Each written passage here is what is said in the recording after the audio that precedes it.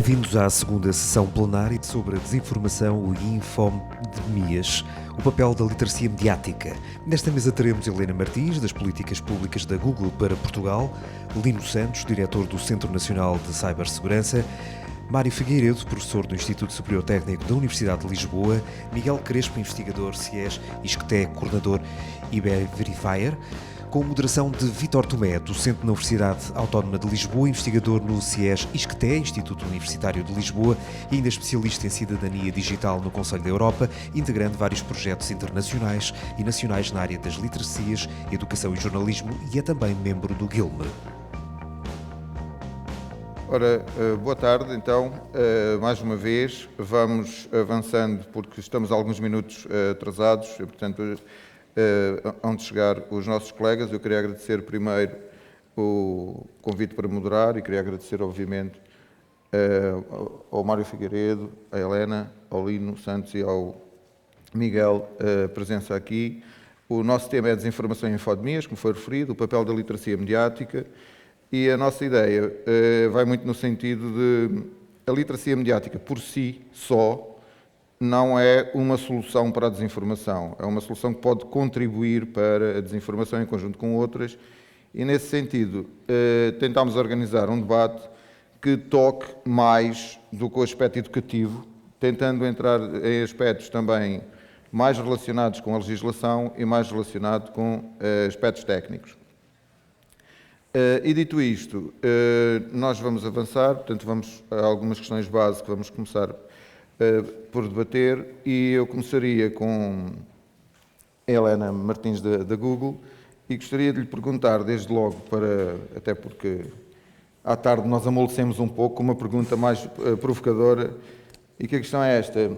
Quase há 50 anos o Len Masterman escreveu que os média não eram uma janela para a realidade, o princípio da não transparência, e que, portanto, era necessário olhar para essa janela, percebendo que do outro lado são construções da realidade. Ora, hoje em dia, parece que essa janela estreitou porque ainda há alguém externo a nós que escolhe quais são as construções que nós vemos. Dito isto, a primeira pergunta que eu gostava de fazer era esta. Nós temos a iniciativa 7 Dias com os Média, que pergunta o que nos dizem os algoritmos. E eu acrescentaria esta pergunta: e o que é que os algoritmos dizem à Google? Olha, antes de eu responder essa pergunta, deixa eu só cumprimentar todos, boa tarde, e agradecer o convite da GILME para estar aqui nesse painel, cumprimentar também meus panelistas, e dizer que, na verdade, eu acho essa uma ótima oportunidade para explicar um pouco de como funciona a busca, de como funciona os algoritmos, enfim. Porque existe esse debate mesmo, né? Afinal de contas, qual que é o tipo de resultado que você encontra na busca, existe enviesamento, não sei o quê e tal. Então, eu acho que talvez faça sentido eu explicar de maneira muito rápida como que funciona, como que a gente traz os resultados para os nossos utilizadores.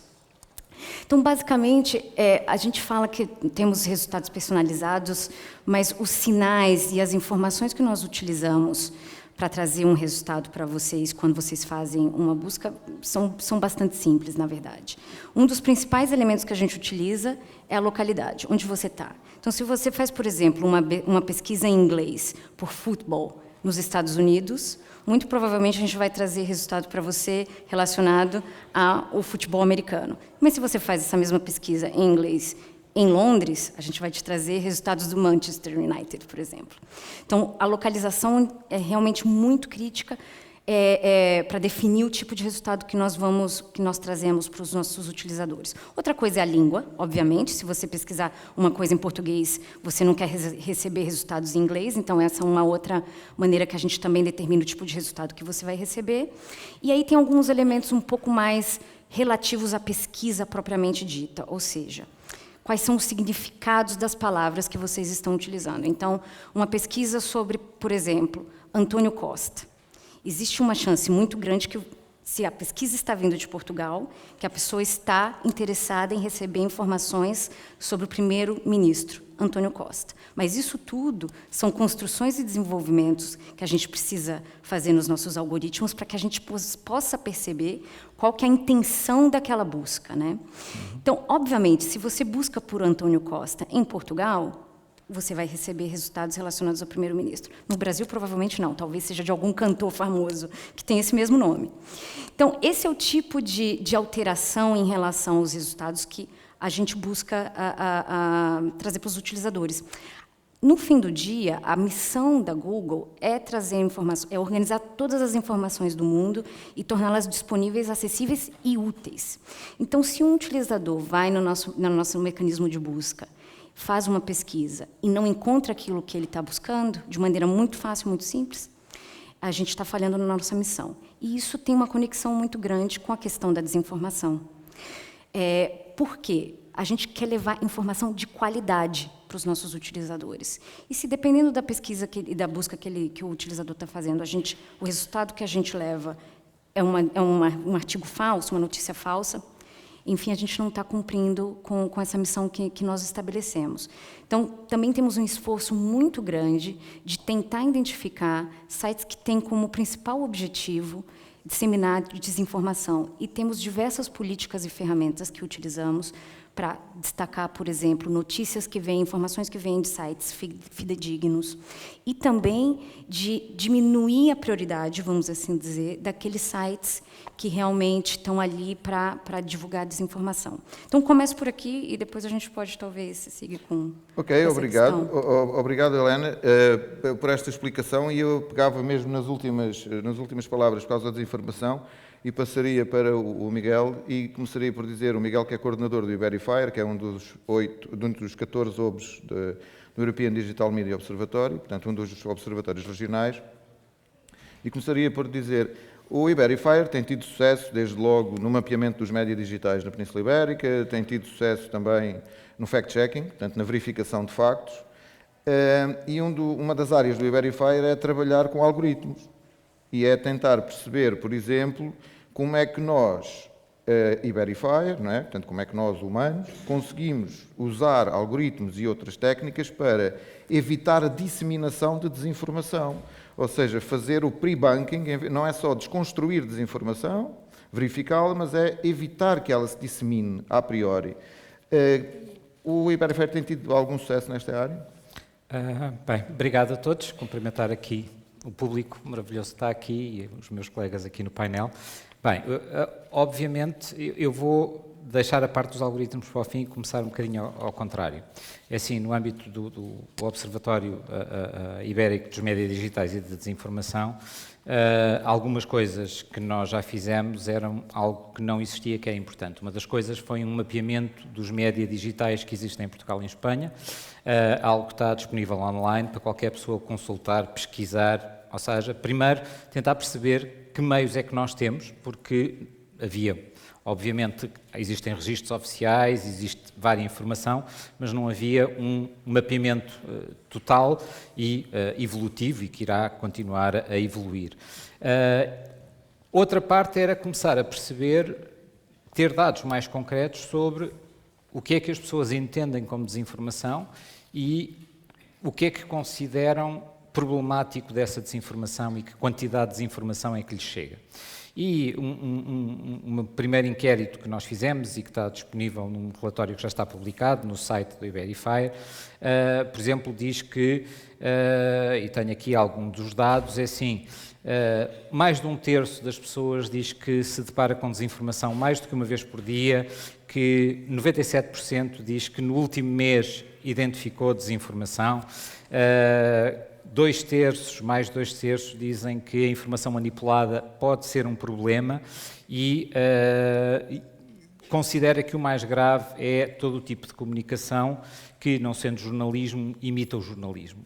Portanto, são alguns dados, assim não são representativos da população portuguesa nem espanhola, mas são indicativos da grandeza. Portanto, os números podem não ser exatos, mas a grandeza não a podemos negar. E, portanto, isto relaciona-se depois com duas outras partes e pegando naquilo que o Vítor falou. Por um lado, a questão da verificação de factos, do fact-checking, que é uma tendência relativamente recente, se pensarmos em termos históricos, portanto, da última meia dúzia de anos, que tem crescido e que cresceu principalmente com 2 momentos de crise. As crises ajudam-nos sempre a desenvolver algumas coisas. Primeiro, pandemia, depois, guerra na Ucrânia.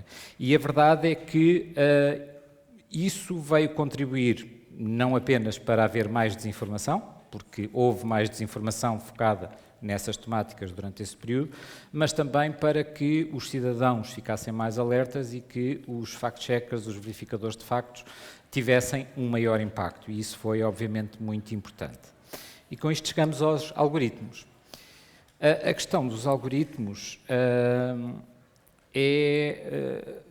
também não é nova, obviamente, existem algoritmos há muitos anos, utilizam-se para muitas coisas, tornou-se uma temática muito presente nos tempos mais recentes, nomeadamente por causa das ferramentas de inteligência artificial que nos permitem criar conteúdos escritos, visuais, áudio e por aí fora. O problema com a desinformação e os algoritmos é, nomeadamente, na ideia de pre-banking, e desculpem o termo anglófono, mas é este, ou seja, de haver uma verificação prévia de forma automatizada de conteúdos para identificar desinformação, mas consegui explicar mais ou menos de que é que estamos a falar, é obviamente o sonho de qualquer instituição, presumo que esteja lá no topo das prioridades da Google também, de investigadores nestas áreas mais tecnológicas e de investigadores, obviamente, na área da comunicação e que trabalham com a desinformação e os problemas que a desinformação coloca. A verdade é que já há uma série de anos, vou dizer 5 anos mais ou menos, em muitas partes do mundo, muitas equipas privadas, investigadores, investimento público de diversos Estados ou grupos de Estado têm tentado criar protótipos para identificar desinformação antes que ela possa chegar às pessoas. Portanto, esta é a ideia. Acho que o objetivo é muito nobre, é ótimo. Não sei se resultados até agora não são muito positivos, ou seja, quando se diz, por exemplo, e ainda há um dia destes estava a ler os resultados de um destes protótipos que dizia que conseguimos identificar cerca de 70% da desinformação. Mas é assim, para mim o número importante é o outro, 30% não são detectados e 30% é muito. Portanto, se calhar quando estivermos a falar de conseguimos detectar 97% e só passa 3%, se calhar já começa a ser relevante. Portanto, parece-me que não podemos ser ainda muito otimistas a curto prazo, eu não sou pelo menos, de os algoritmos vão resolver o problema da desinformação. Não sei se algum dia será, mas a curto prazo não parece que seja, depois os meus colegas poderão também falar sobre isso. Sim, Miguel, e precisamente deixa-me pegar aí e passar ao professor Mário Figueiredo tentar perceber.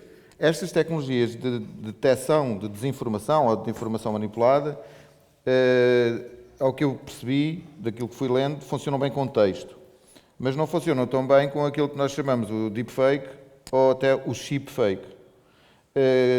Como é que chegámos aqui?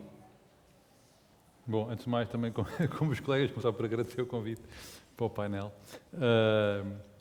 As tecnologias de detecção de conteúdo gerado artificialmente funcionam relativamente bem com... Portanto, há uma espécie de guerra de armamento, não é? Há uma guerra, há um evoluir entre quem gera e quem tenta detectar. E como qualquer pessoa que saiba, ou que tenha ouvido falar de teoria de jogos, essas coisas convergem sempre a um equilíbrio, em que estamos mais ou menos... E o equilíbrio, neste caso, é um equilíbrio mau, porque é o equilíbrio em que a quem está a tentar detectar falha 50% das vezes. Esse é que é o ponto de equilíbrio estável. E, portanto, nunca podemos esperar que as tecnologias de detecção automática deste tipo de geração resolvam o problema. Não resolvem. Como chegámos até aqui é uma história interessante que eu gosto sempre de começar por referir quando falo nestes assuntos, que é porque é que a inteligência artificial, que eu vou passar a referir como IA, que é mais caro, é mais rápido, teve a explosão que teve nos últimos 15, 20 anos. Não é? Um dos atores principais é a Google, em particular, não é?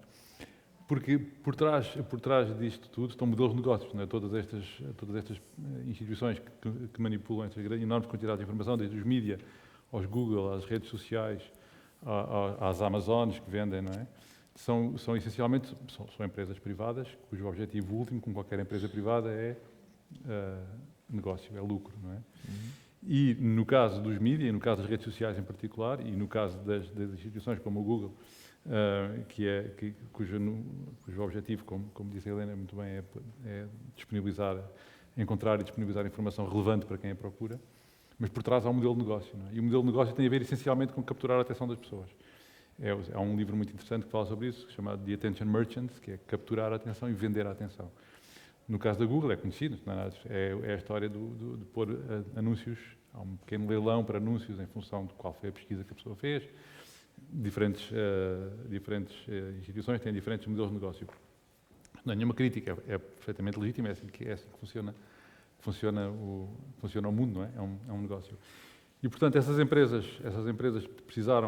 perceberam que para capturar a atenção das pessoas, para poder valorizar e usá-la como moeda de troca, como objeto de negócio, precisavam de utilizar ferramentas de IA muito sofisticadas. E, portanto, houve investimentos maciços nesta área dos grandes players mundiais todos, da Google, e com uma postura até bastante positiva do ponto de vista de contribuição para a ciência, porque quase tudo o que eles fizeram foi aberto. As ferramentas que se utilizam hoje em dia, mesmo em meio universitário, foram produzidas pela Google, pela Facebook, as coisas mais conhecidas, pela Amazon.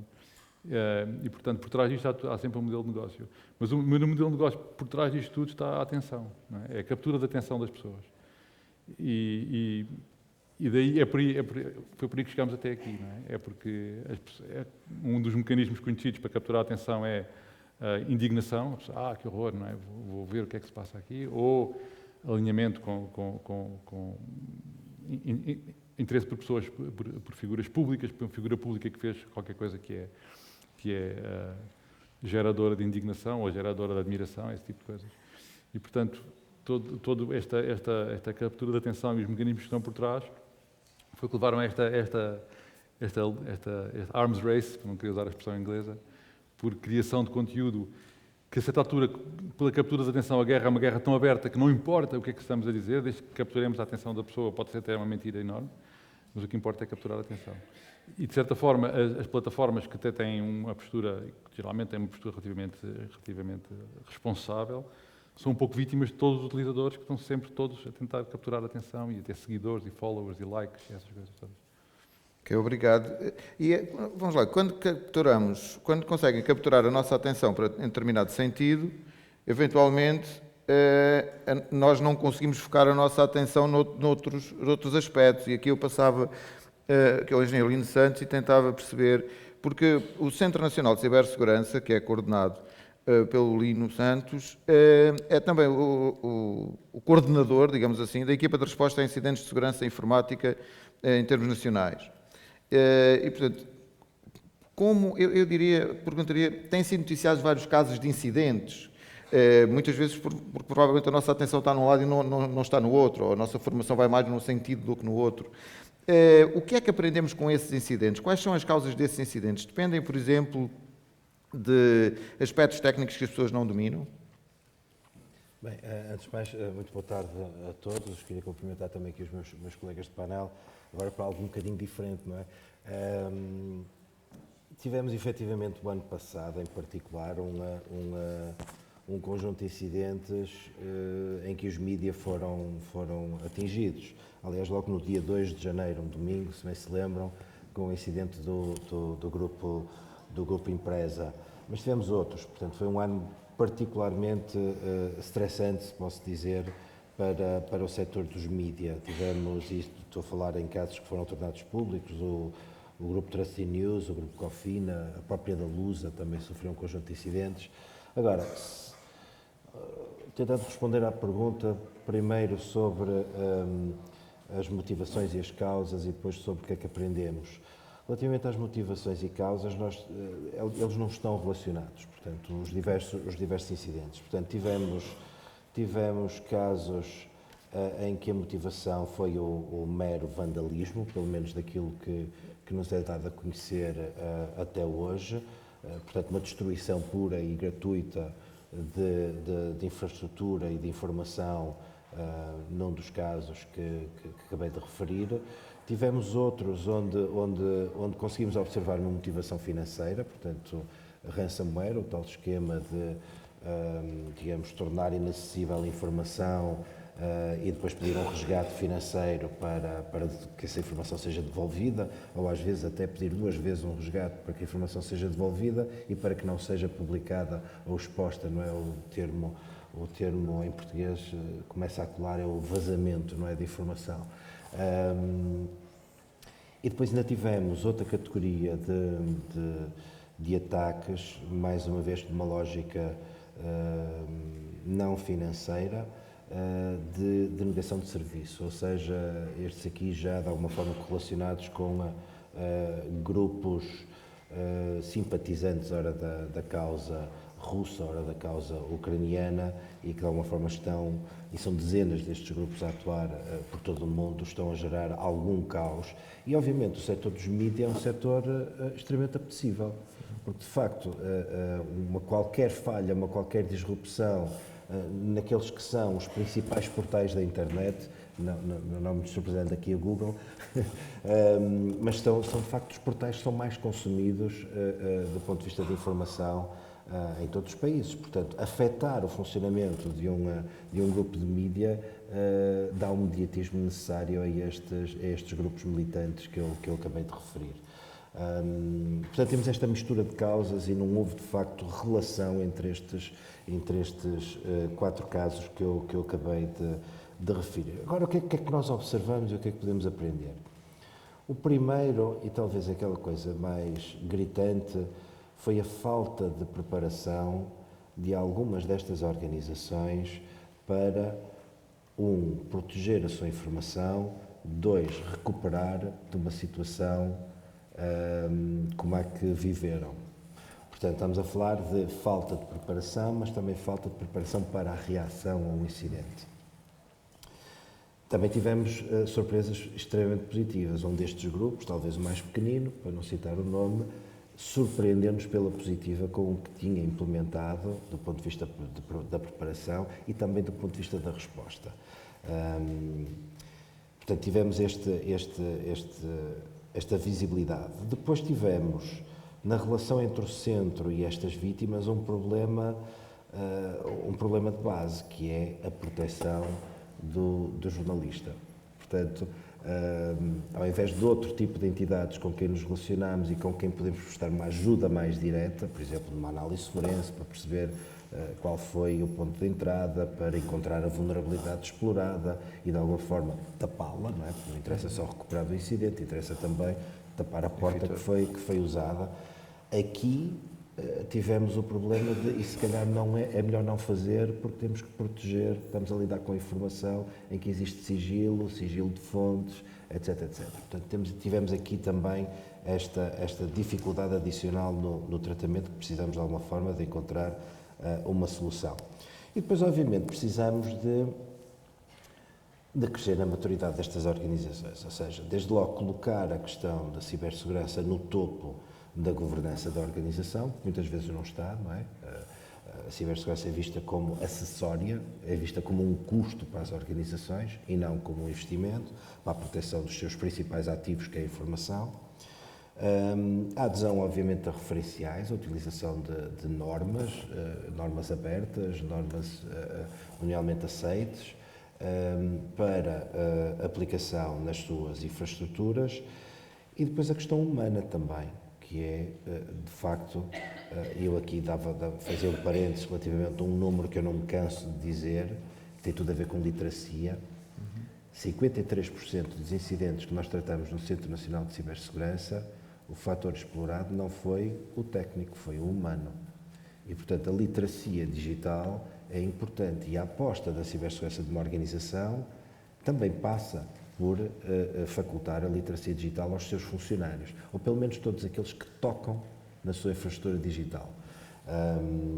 E foi isso que aconteceu em muitos dos incidentes que tivemos no ano passado. Portanto, foi a exploração do fator humano para encontrar a vulnerabilidade. Agora, que sempre que há uma crise, há uma oportunidade, como foi aqui referido, não é? E na sequência deste conjunto de incidentes, tivemos a oportunidade de criar um grupo que junta os grandes players da mídia nacional, tradicionais, que neste momento têm canais de comunicação e de partilha de boas práticas entre si, que se entreajudam na adoção das melhores práticas. Portanto, deixamos de ver a cibersegurança como um fator de concorrência e passamos a perceber que as dores são comuns e que só ganhamos em nos ajudar uns aos outros a resolver pequenos problemas e encontrar pequenas soluções. Portanto, foi isto que aprendemos. Obrigado. E pegando precisamente nessa questão do fator humano e de 53% dos casos vir do fator humano, eu voltaria ao Mário e para perguntar, nós estamos neste momento, e voltando aqui mais para as literacias, que foi também uma questão levantada, e como foi referido hoje de manhã em termos de ChatGPT, que é uma, digamos, é uma ponta do iceberg, não é? Portanto, vem muito mais, o Mário saberá melhor que nós, mas nós estaremos a caminhar, ainda há pouco tempo tinha lido uns artigos por causa que hoje de manhã também foi referido por causa da presença de robôs nas famílias e tudo isso, mas indo mais longe que isso, estamos a caminhar para termos máquinas em casa, independentemente da forma que elas assumam que sejam os oráculos da verdade. Quando nós temos dúvidas, podemos perguntar. Nós já fazemos isso, não é? Quando temos dúvidas, vamos ao Google, não é? Já temos as máquinas em casa. E serão os oráculos da verdade ou não? E quando não são oráculos da verdade, porque não há oráculos da verdade, mas se soubermos usar, são fontes de informação extremamente úteis, não é? Se tiver uma dor ou qualquer problema de saúde, a primeira coisa que eu vou fazer é ir ao Google procurar, não é? Vou chamar de Dr. Google, não é? Como se costuma dizer. Vou ao Dr. Google tentar descobrir qual é o problema ou o que é que eu devo procurar. Aliás, pronto, neste momento, provavelmente, isto não é por estar aqui uma pessoa da Google, o Google é de certa forma um oráculo da verdade, mas eu tenho que saber interpretar o oráculo, não é? Já os gregos sabiam que é preciso saber interpretar o oráculo, porque o oráculo fala de forma, por vezes, misteriosa, não é? É preciso. Portanto, temos acesso, é uma das coisas fantásticas dos últimos 20 ou 30 anos, é o acesso a uma quantidade de informação inacreditável, não é? Nós temos acesso a toda a ciência, a toda a medicina, de tudo, não é? O nosso problema é mais o acesso, demasiado acesso, não é? E, portanto, as instituições que se dedicam a filtrar essa informação e a fornecê-la de forma mais ou menos fiável e responsável a quem procure, têm um papel fundamental, não é? Os Large Language Models, o ChatGPT, etc., não estão nessa categoria ainda, não é? Eles foram treinados essencialmente para ser plausíveis, para aquilo que dizem fazer sentido. É claro que foram treinados em quantidades de texto abissais, coisas brutais, e, portanto, está muito do conhecimento humano que existe sob a forma escrita, que existe alguns na internet, está lá, de alguma forma, foi depurado, aquilo é uma espécie de uma visão assim desfocada do que é que está na internet, mas a maneira como foi treinado foi essencialmente para fazer aquilo que não sei qual é a palavra portuguesa para isso, que é gaming, os humanos que estão a consumir, que é ser agradável a pessoa achar que sim, não é? Entender, faz sentido, não é? Faz sentido aquilo que está a dizer. Muitas vezes as coisas muito corretas, não é? Muitas vezes as coisas muito certas. Mas é extremamente difícil para nós, uma pessoa que não conheça bem o assunto, saber fazer essa filtragem. Portanto, é completamente fundamental saber de onde vem a informação e o ChatGPT não dá essa informação. Combinado com outras coisas, por exemplo, o Bing da Microsoft e o Google, eu não uso Bing, uso Google Search, geralmente.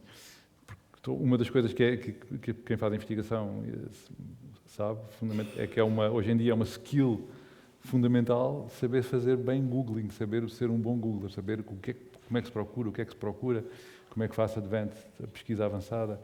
Portanto, os modelos de linguagem não estão perto disso ainda. Tem aquela coisa agradável, porque quem não sabe nada do assunto, em vez de mandar apenas uma quantidade de links, diz qualquer coisa, faz um texto, não é?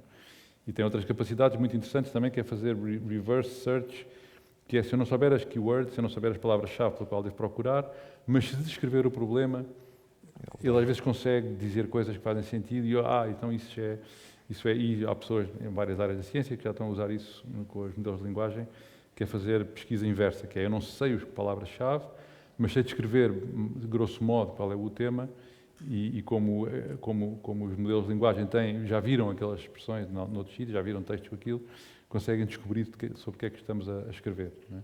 Esse é um aspecto muito, muito importante. Relativamente ao oráculo da verdade, eu acho que o oráculo, acho que a resposta é essa, é tal como os gregos já sabiam, temos que saber interpretar o oráculo. E temos que estar prevenidos para que, por vezes, o oráculo está infectado com desinformação. E só mais 30 segundos. Relativamente a esta perspectiva de infecção com desinformação, uma ferramenta muito interessante que eu vi recentemente, acho que é do ano passado, um trabalho do Departamento de Psicologia da Universidade de Cambridge, que é a vacinação da desinformação, que é vacinar o público com desinformação.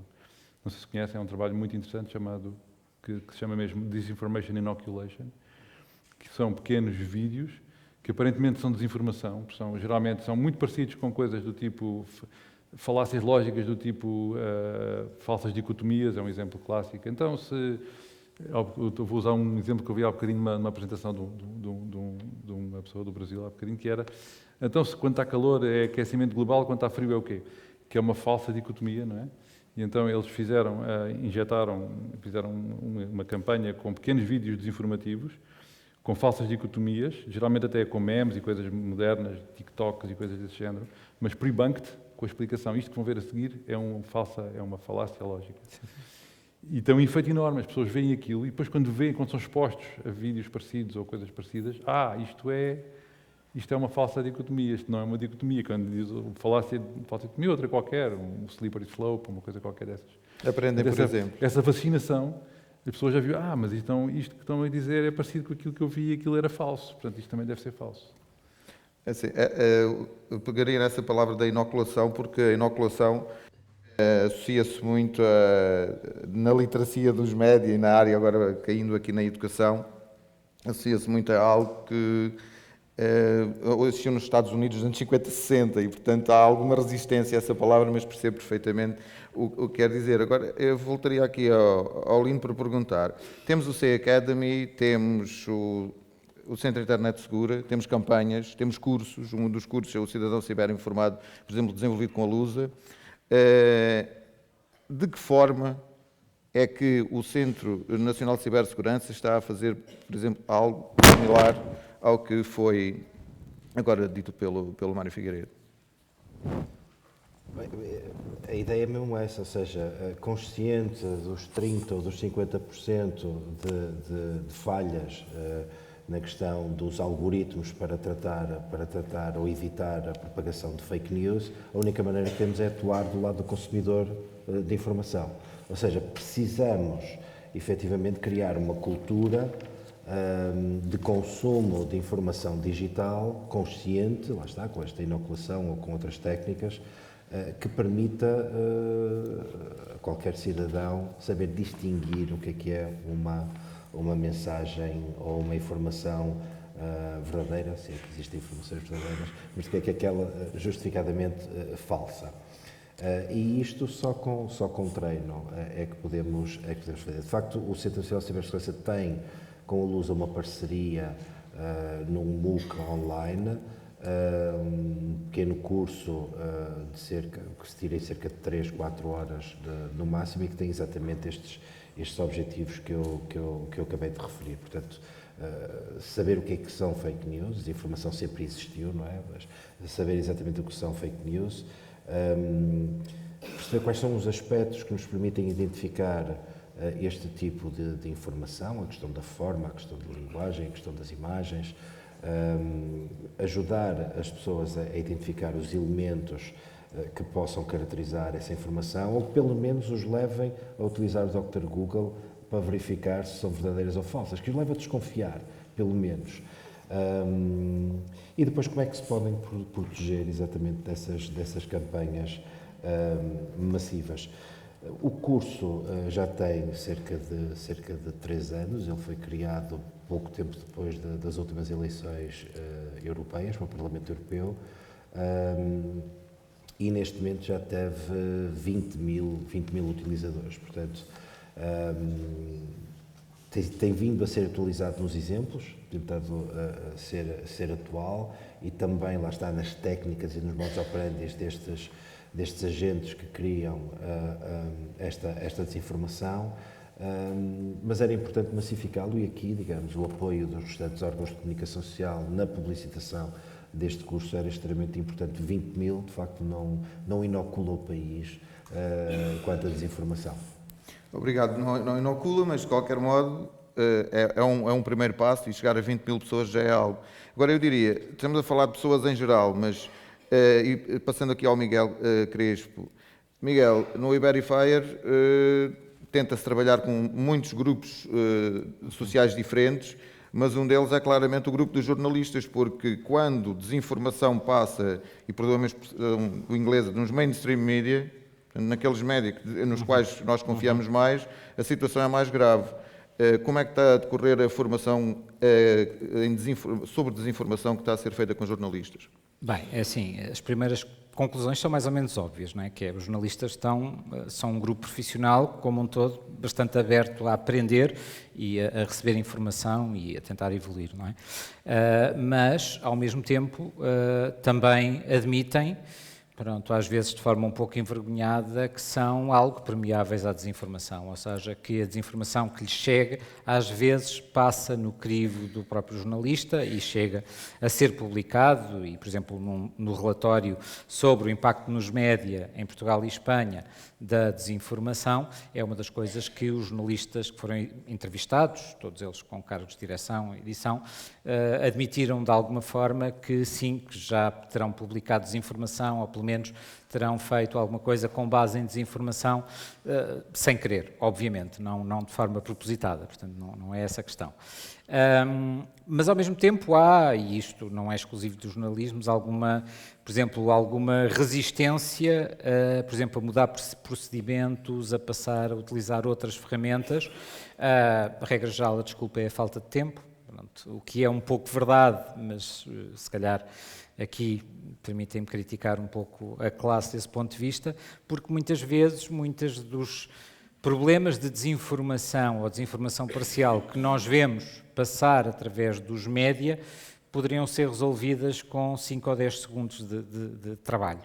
E isso é o que custa um pouco, e depois se calhar até podemos passar ali para a Helena, porque, por exemplo, muitas ferramentas Google fáceis de utilizar, de verificação de imagens, comparação de imagens, etc. Portanto, resolveriam muitos problemas desse ponto de vista, porque, e volto a dizer, isto não é uma crítica ao jornalismo, mas quando o jornalismo para os cidadãos parece falhar, isso enfraquece o jornalismo, enfraquece as sociedades, enfraquece as democracias.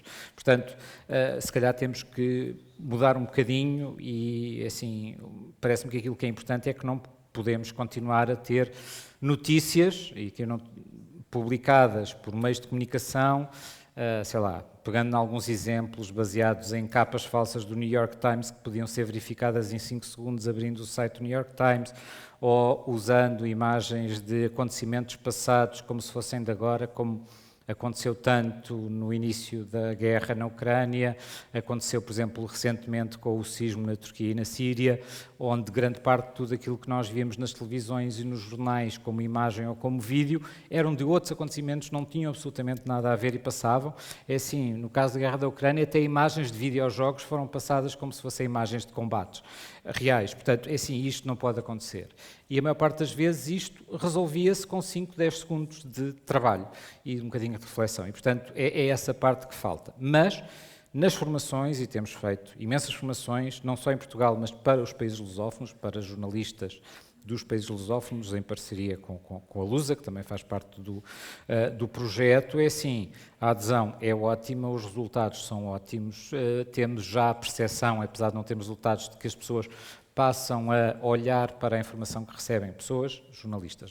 Portanto, aqui nas duas qualidades de ser humano e de ser jornalista, de serem um bocadinho mais críticos e de deixarem de usar a desculpa do não tenho tempo. Okay? Portanto, percebendo, porque às vezes, e isto não é só para os jornalistas, é para todos nós, muitas vezes nós não agimos da melhor forma porque não sabemos como agir ou como resolver determinado problema. E, portanto, e aqui, se calhar, é assim, não sei, mas não sei se queres passar para a Helena, porque estamos a falar de soluções. Eu precisamente passar à Helena, porque hoje de manhã foi dito aqui pela Divina que no acordo que existe com as grandes plataformas, foi dito que elas se comprometem a promover a literacia dos médios, mas não a fazer a literacia dos médios. E a verdade é que, quando olhamos para a Google, além das ferramentas que o Miguel falou, existem alguns programas. Eu lembro que ainda agora em abril foi apresentada uma iniciativa que é para um público desempregados, por exemplo, 18, 30 anos, o Programar o Futuro, que está a ser uma experiência no país, mas existem também, obviamente, outras iniciativas que nós podemos até associar mais à literacia dos médias.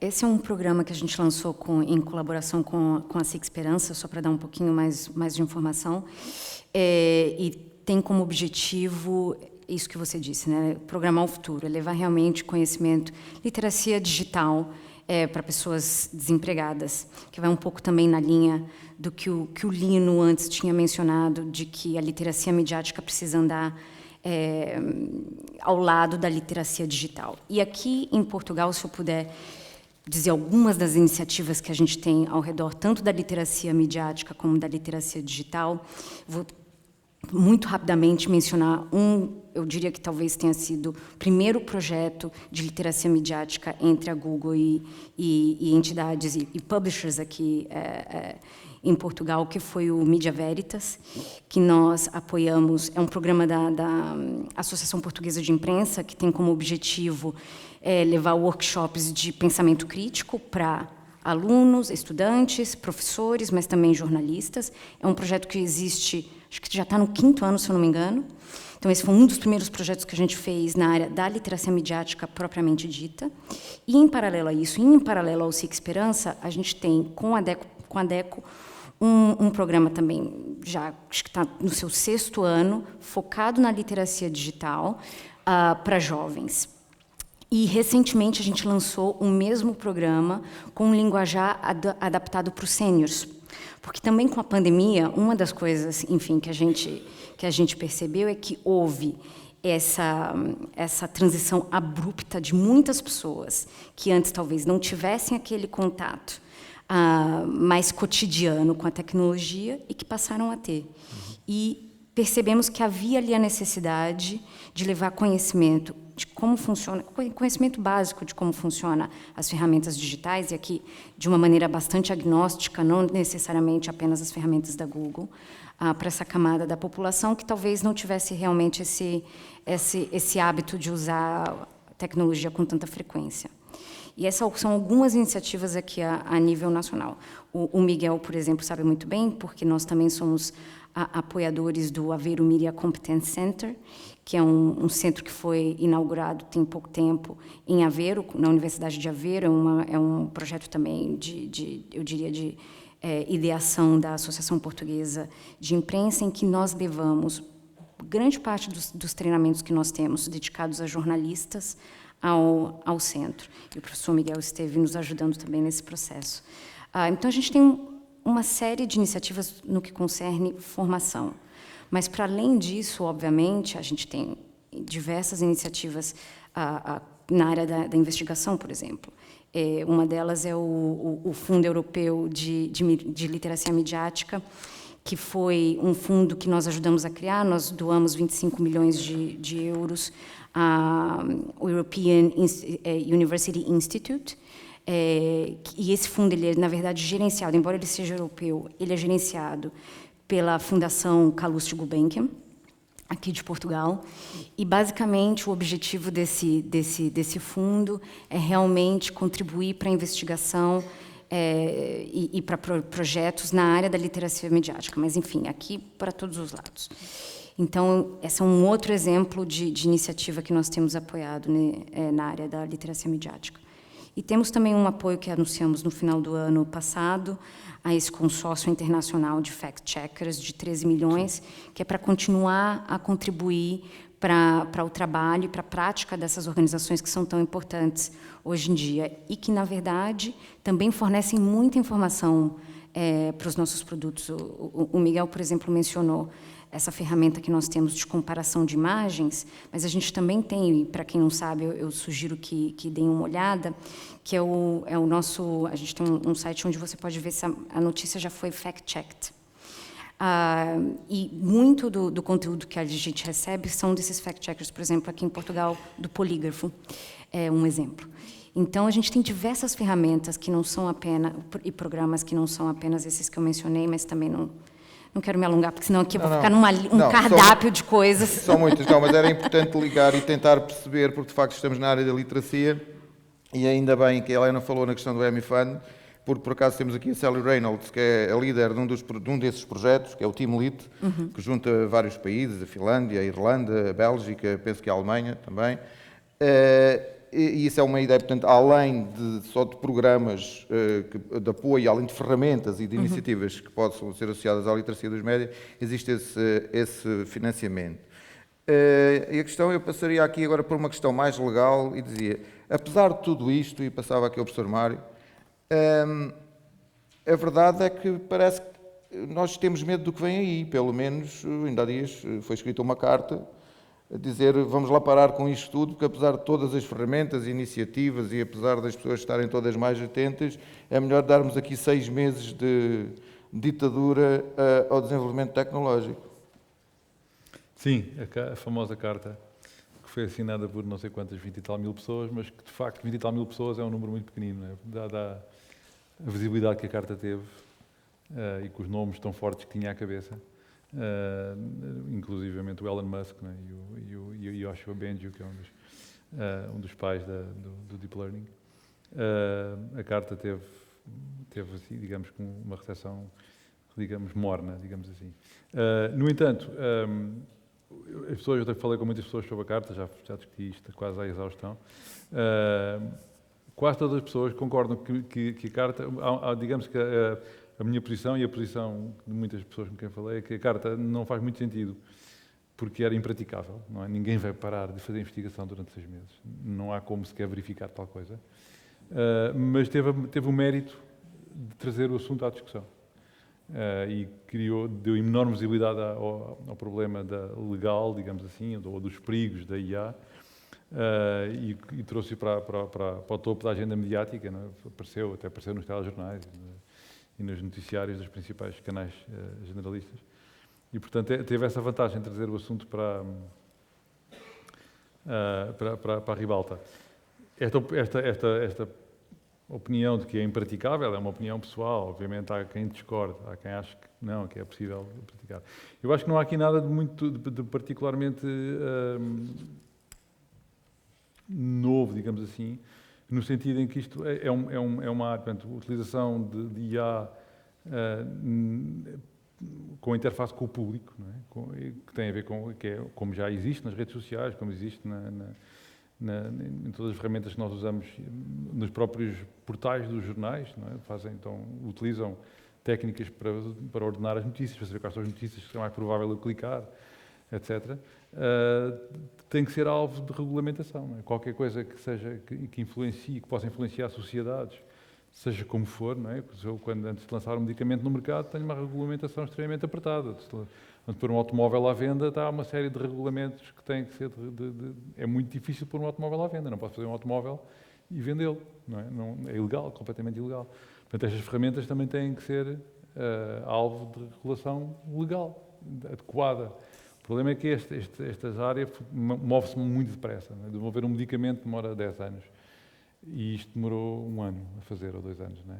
Portanto, há a questão, o legislador e que as pessoas que são o poder político, que é quem tem, em última análise, responsabilidade por regulamentar e por regular e por gerir a utilização destas ferramentas pelo público, está sempre, hoje em dia, a correr atrás do prejuízo, não é? Usando a expressão popular. E tem outra questão, que é estas tecnologias são muito deslocalizadas, não é? Existem, não se sabe bem nunca se sabe bem onde é que estão os servidores onde isto está a correr, e portanto há os aspectos de colaboração internacional, e mesmo que uma carta destas fosse aprovada, ou seja, a Itália, por exemplo, acho que suspendeu, usando um argumento diferente, que é o argumento do violação de copyright, não é? Que é uma coisa diferente, que é outro aspecto muito importante, especialmente dos large language models. Mas é muito difícil fazer qualquer coisa destas que tenha alcance global.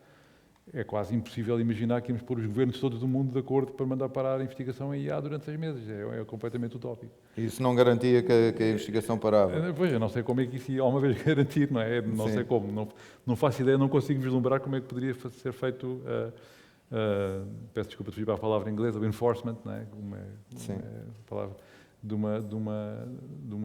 algo, mesmo que fosse um acordo, como é que era feito o enforcement desse acordo. E do ponto de vista legal é impossível, não me parece que isso seja... No entanto, teve o mérito de trazer a questão... Trouxe a questão à ribalta. à colação, à baila, sim senhor. Eu agradeço-lhe essa resposta e passava aqui ao Angelino e perguntava, o Centro Nacional de Cibersegurança tem funções de fiscalização e de regulação e, no fundo, pode aplicar sanções. Sabem que estamos a falar de algo global, não estou a falar propriamente de executar aquela carta, mas essas funções permitem, por exemplo, defender as pessoas? O que é que tem sido feito nessa área? Os poderes de regulação, supervisão e regime sancionatório que o Centro Nacional de Cibersegurança tem restringem-se àquilo que se chama a segurança da informação ou segurança informática, ou seja, tem um objetivo que é a de que aquilo que são prestadores de serviços essenciais à nossa sociedade e alguns organismos da administração pública têm um elevado patamar de cibersegurança. Portanto, é aí que nós temos estas competências de regulação e supervisão. Portanto, emitimos norma, emitimos tais referenciais que, neste caso, as empresas estão obrigadas a implementar e, caso não o implementem, são objeto de sanções. Portanto, deixe-me colocar um registro académico para responder à sua questão. E, se calhar, pegava aqui na formulação, na primeira intervenção do Mário, que foi excelente, e que, no fundo, é a base do problema, não é? Portanto, neste momento, o negócio é o de captar a atenção das pessoas, não é? E isto não é propriamente coincidente com a segurança dos cidadãos. Ou seja, o objetivo das Big Techs em concorrer pela atenção das pessoas significa, como o Mário bem referiu, muitas vezes privilegiar conteúdos que são sensacionalistas, que chamem a atenção e que de alguma forma capturem essa atenção e tenham a permanência do utilizador perante o ecrã. Qualquer mídia, quando foi criado, teve períodos desregulados, aliás, períodos de utopia, não é? Portanto, isso aconteceu com a imprensa, aconteceu com a televisão, aconteceu com a rádio, quem é que não se lembra das rádios piratas? E com a internet aconteceu exatamente o mesmo, não é?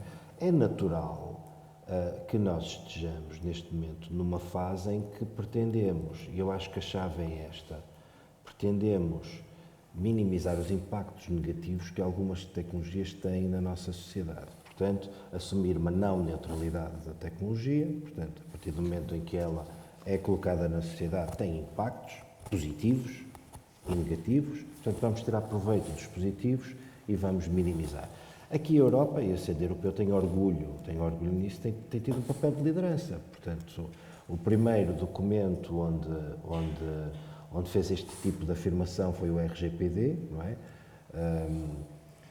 E o RGPD não é mais do que um instrumento em que afirmamos os valores europeus da privacidade e da proteção de dados e, de alguma forma, combatemos esta inevitabilidade tecnológica que o Mário afirmou, com a qual eu não concordo. Portanto, nós não devemos partir do princípio que não conseguimos parar. E eu acho que há uma diferença entre fazer investigação e a colocação de produtos na sociedade. É completamente diferente. Portanto, é óbvio que nós devemos continuar a desenvolver e a investigar a inteligência artificial, o que devemos, e é o que está previsto, por exemplo, no Regulamento de Inteligência Artificial que a União Europeia está a preparar, em fazer avaliações de impacto para aquilo que são as aplicações de alto risco e, dessa forma, minimizar os tais impactos negativos e, volto a dizer, tirar o proveito positivo da tecnologia.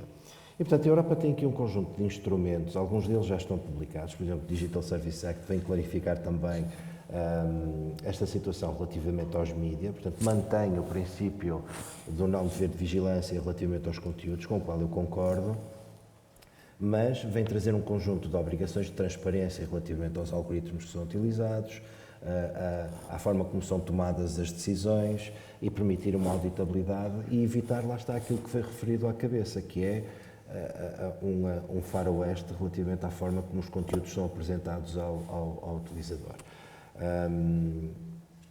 Falei do Digital Services Act, falei do Regulamento de Inteligência Artificial, Mas temos mais 2 ou 3 onde a filosofia é esta, que é, no espaço da União Europeia, de alguma forma evitar os impactos negativos que esta introdução, a aplicação da tecnologia possa ter na sociedade e dessa forma proteger os cidadãos. Eu acho que esta é a via. Obrigado. Eu passaria de imediato à Helena de novo para recordar aqui que temos também o Code of Practice, que foi renovado em 2022, em junho, e aprovado e assinado, e a Google é um dos signatários. E a questão é, vamos lá ver, há que reportar o trabalho que se faz em termos de desinformação, mas eu não diria tanto isto, eu diria, no fundo o Code of Practice é uma autorregulação. Nós devemos passar à corregulação, no seguimento da conversa que estamos a ter, ou a autorregulação é suficiente na perspectiva da Google? O Código de Prática ele foi criado em 2018. E de lá para cá, muitas coisas aconteceram, e uma das coisas, eu diria, mais significativa que aconteceu foi a aprovação do ato dos serviços digitais, o DSA. Por que eu estou mencionando isso?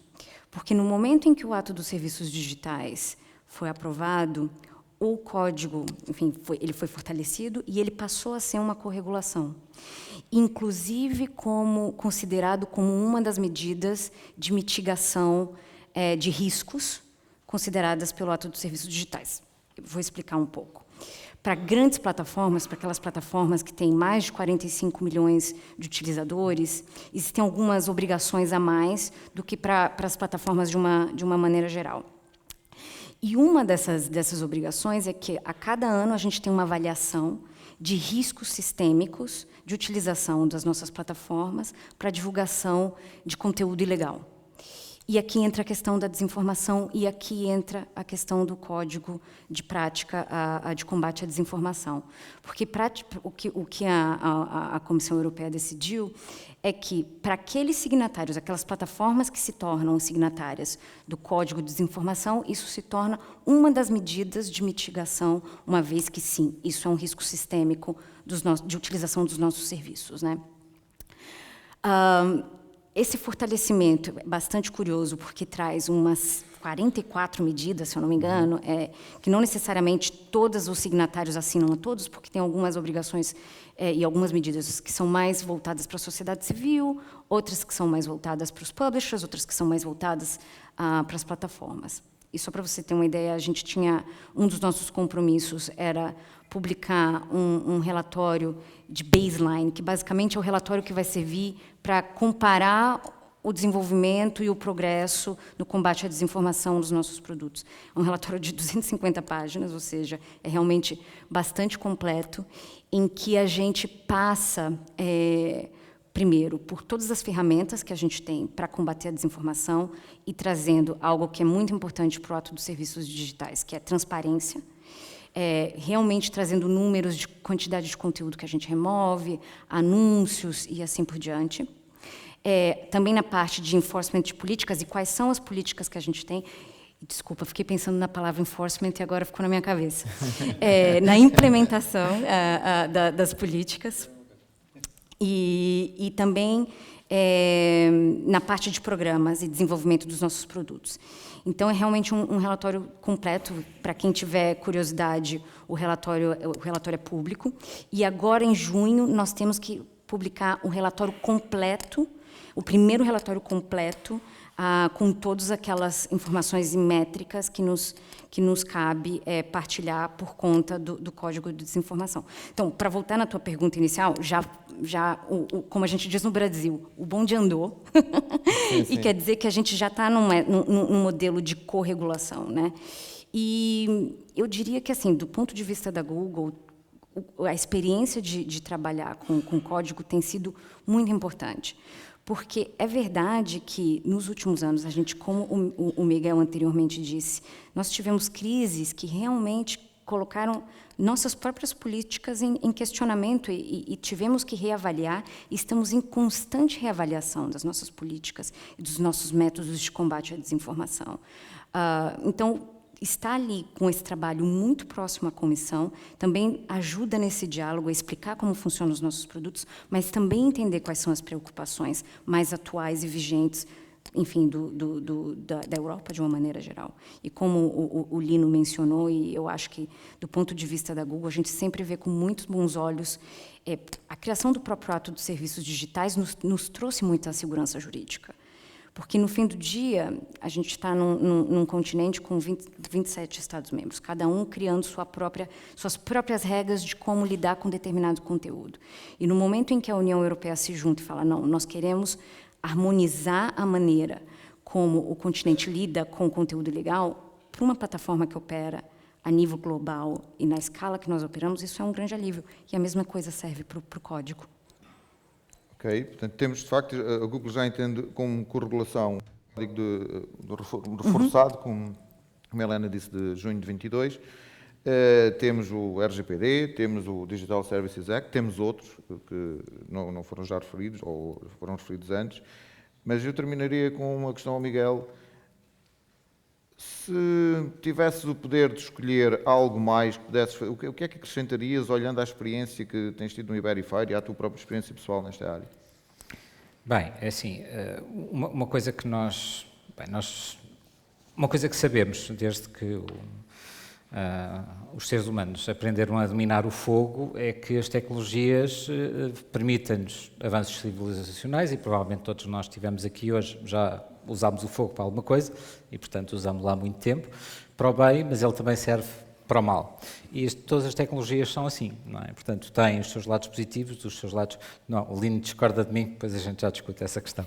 Mas pronto, mas neste caso concreto é isso. O que eu quero dizer é que não deve ser esse o ângulo que devemos olhar. Eu sei, mas Isso não... é uma verdade lá para Alice. Eu sei, mas era por aí que eu estava a começar. Temos que olhar para os impactos. Claro, mas era por aí que eu estava a começar para chegar lá mais à frente. Pronto, mas isto é o óbvio.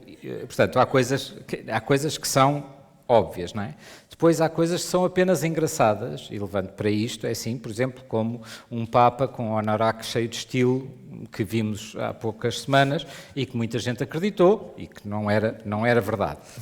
Tem apenas piada, não causa dano, não é um problema, não é? Agora, e se calhar algumas das pessoas aqui têm filhos em idade escolar obrigatória, e ontem milhares de pais neste país partilharam desinformação sem parar para pensar sobre supostos potenciais ataques à escola, e isso é um impacto muito grave para os próprios, para as crianças, para as instituições, assim, entrando numa histeria coletiva, e ninguém tem dúvidas que todos os pais, e eu também sou pai, pensam primeiro nos seus filhos e, portanto, é natural, mas entrar em histeria não ajuda ninguém. E, portanto, nós temos uma grande questão que não tem a ver com tecnologia. Como é que tantas pessoas acreditam e mudam os seus comportamentos por causa de informações que não têm qualquer fundamento.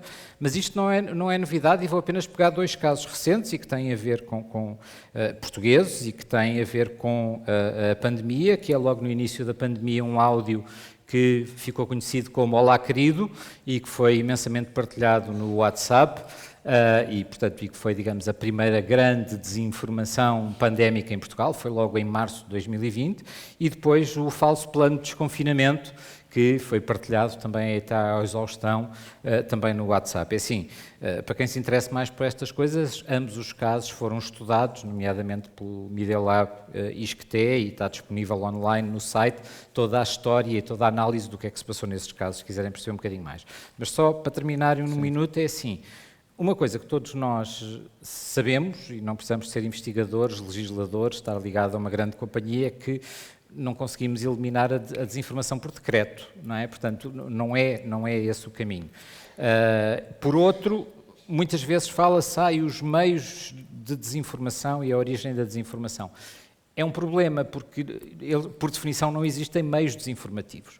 Por definição, existem fontes de informação que podem ter desinformação ou não, mais ou menos desinformação. E, portanto, é complicado gerir isso. E, portanto, a solução continua a ser muito difícil. Pode ser que um dia lá cheguemos, por métodos usando algoritmos, usando inteligência artificial, usando legislação, etc., pode ajudar a mitigar, mas a solução final está do lado dos cidadãos, está do lado do espírito crítico dos cidadãos, de investirem, dar ferramentas teóricas e práticas, conceptuais aos cidadãos, e isso provavelmente passa por investir em grandes campanhas de educação cívica, onde não são apenas os Estados, as autarquias, as instituições públicas, as empresas privadas, se calhar é preciso um consenso muito maior, uma entreajuda muito maior, transnacional, porque implica tempo, recursos, dinheiro,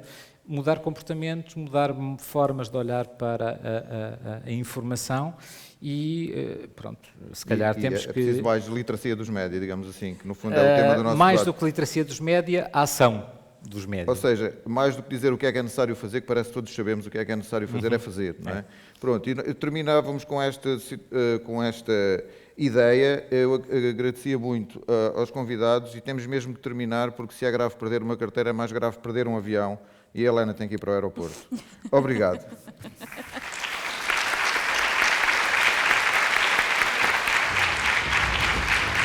A conferência do final do primeiro dia traz a palco Sally Reynolds para falar sobre as campanhas de literacia mediática e programas educativos na Europa. Sally Reynolds é atualmente a coordenadora principal da Associação Media e Learning, MLA. Uma área-chave de interesse da associação é a educação e a literacia mediática, tendo iniciado recentemente um projeto especificamente destinado à educação e formação de professores, a informação em literacia dos média digitais e está envolvida em vários outros projetos europeus nesta área. Sally representa a associação em várias iniciativas relevantes e é diretora de literacia mediática da EDMO Europe, além de ser uma avaliadora experiente, uma estratega de disseminação, uma gestora de projetos europeus e produtora de média educativos. Please welcome Sally Reynolds. Good afternoon, ladies and gentlemen. I hope you still have a little bit of energy left. It's been a very long day, I know. So I'm really grateful to the organisers. Fernanda, Bruna, thank you so much for the invitation. It's lovely to be here, and of course Vitor, and to meet so many friends and so many people that I've known over the last couple of years from Portugal. Like many of you, most of the meetings I've had for the last couple of years have all been online, so I'm kind of used to waving. So if you find me waving at the end of this presentation, please forgive me. It's the habits of being online and doing far too many Zoom calls. So, the presentation, or the short talk I'd like to give to you, is about the digital media literacy landscape in Europe. It's what I was asked to talk to you a little bit about, because that's kind of where I'm working these days. So I'm not a researcher. I'm working with lots of people who are researchers, who are activists and practitioners in the area of digital and media literacy. So it's my great pleasure to give you my overview, if you like, at this stage of digital media literacy in Europe.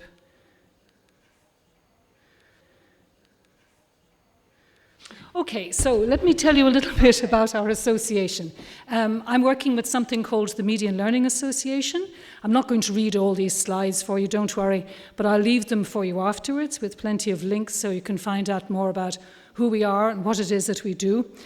Like many of you probably in the room, we're an NGO, a not-for-profit, a European not-for-profit, so a very small organisation. We've been around for just over 10 years. Our main interest is in the use of media to support teaching and learning. And we have organisational members, sponsoring members, and networking members. We have a small secretariat based just outside Brussels. You maybe hear from my accent that I'm Irish, actually, originally, but living in Belgium for quite some time now. So that's a little bit about who we are. And as you can see, a small organisation with just a couple of people working. We do lots of different things, however. We're involved in running conferences. We run something called the Medea Awards every year. We also run special interest groups in different topics, which I'll mention in a moment. Wednesday webinars on digital media literacy, and also various seminars and workshops. Many of them online for the last couple of years, but we're coming back face to face. These days, our special interest groups, as you can see, cover 5 specific topics, the largest of which is probably media and higher education, but the second largest is very definitely digital and media literacy. It's an area that many of our members are now busy with. Many of our Our organisational members are either agencies themselves in different parts of Europe working on the topic of digital and media literacy, or teacher training colleges, parts of universities concerned as well. So when it comes to digital media literacy, these are the main activities that our organisation is involved in. The Wednesday webinar series, which many of you may have been involved in or indeed have seen so far, conferences that we've run, we have several projects that we're directly involved with, and I'll give you a quick overview of those.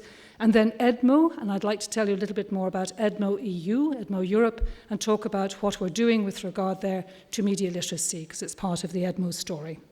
So, 2 quick slides. I'm not going to read these all out to you. First of all, SMILES, which is a project just coming to a conclusion.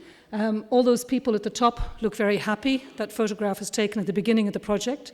They've all aged quite a bit by now, but we've produced 3 country reports, we've run lots of workshops, and this is a project specifically aimed at librarians and teachers. There are 5 modules that are now available, and if you scan to that code, you'll be able to download the modules yourself and use them. The project is just concluding, funded under Erasmus+. And then the second project, which in fact Vitor just referred to, which I'd like to point you towards, is called Teamlit. It's on teacher education. We've already heard this morning from Davina, and I think many of you are also very involved, the importance of teacher education in the area of digital and media literacy, of course, cannot be understated. Both pre-service and in-service, there really is a gap there, recognised right the way across the world, but here in Europe we have over 5 million teachers. Many of them have no training whatsoever in the area of digital and media literacy. We're not saying that's the cure for everything to do with solving our problems around media literacy. Teachers also need, as well as training, they need opportunity and they need motivation. But we're trying to look at the training side in this project. So tomorrow morning I'm running a workshop, bright and early, 9 o'clock, if anyone would like to join specifically on Teamlit. I'm very happy to talk to you a little bit more about the project, what we're doing, and find ways to involve you. But let me move on to EDMO. How many people in the room have heard of EDMO? Hands up. Okay, so it's a little bit familiar. EDMO is the European Digital Media Observatory that was set up. EDMO Europe was set up over 3 years ago now. As you can see, it's an independent observatory, bringing together fact-checkers and academic researchers with expertise in the field of online disinformation, social media platforms, journalist-driven media, and media literacy practitioners. It essentially was the European Commission's answer to the fight against disinformation. How are we going to tackle disinformation in Europe? And EDMO's initiative that was funded and set up several years ago promotes scientific knowledge in online disinformation, advances the development of fact-checking services, and supports media literacy. Those are the 4 founding pillars of EDMO and what it's doing. These are the partners that are involved in EDMO. And then moving on, just a quick summary of the main activities. So lots of activities around fact-checking, around research, around policy, and also media literacy. But the hubs, I think, is what I'd like to speak to you most about. You already know about the Iberifier hub. That's the hub that covers Spain and Portugal. But there are 13 other hubs in Europe, all doing the same activities as EDMO Europe, but on a national or cross-border scale. So some of the hubs are country-specific, for example, the Irish one, country-specific. Others are covering several countries. GADMO covers Germany and Austria. So they vary quite a bit, and I'll come back to that in a few moments.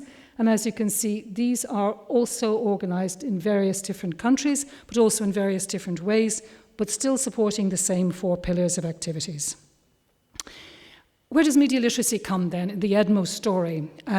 Everybody agreed that in the first round of EDMO Europe, while media literacy was there, it didn't receive enough attention. So the second EDMO Europe launch, which happened in December, has a strengthened role for media literacy included in what we're doing. And within that family, that EDMO EU family, that's where our association came into play. And the first round, I was on the advisory board for EDMO, but in this round, for these coming 2.5, 3 years, we're directly involved as a partner in the project, and our role is to strengthen the media literacy activities across the community. So within each of the hubs, you find a specific team working on media literacy.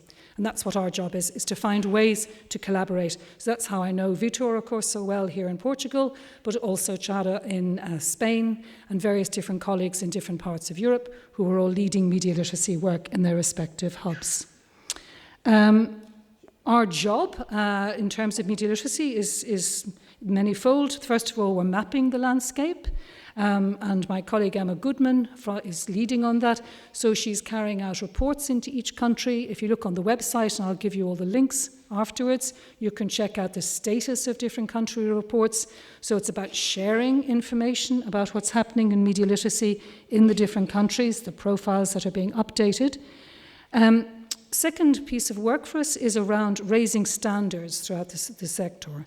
So one of the things that we'll be doing with our team, and I've already started, is looking at publishing guidelines, because there's lots of different initiatives, of course, across the continent, but they vary in terms of the quality of what's actually taking place. So what we're trying to do is come up with a set of guidelines and look at quality assurance of the media literacy initiatives. We're also hoping to provide inspiration by creating a searchable collection of case studies or projects that can inspire.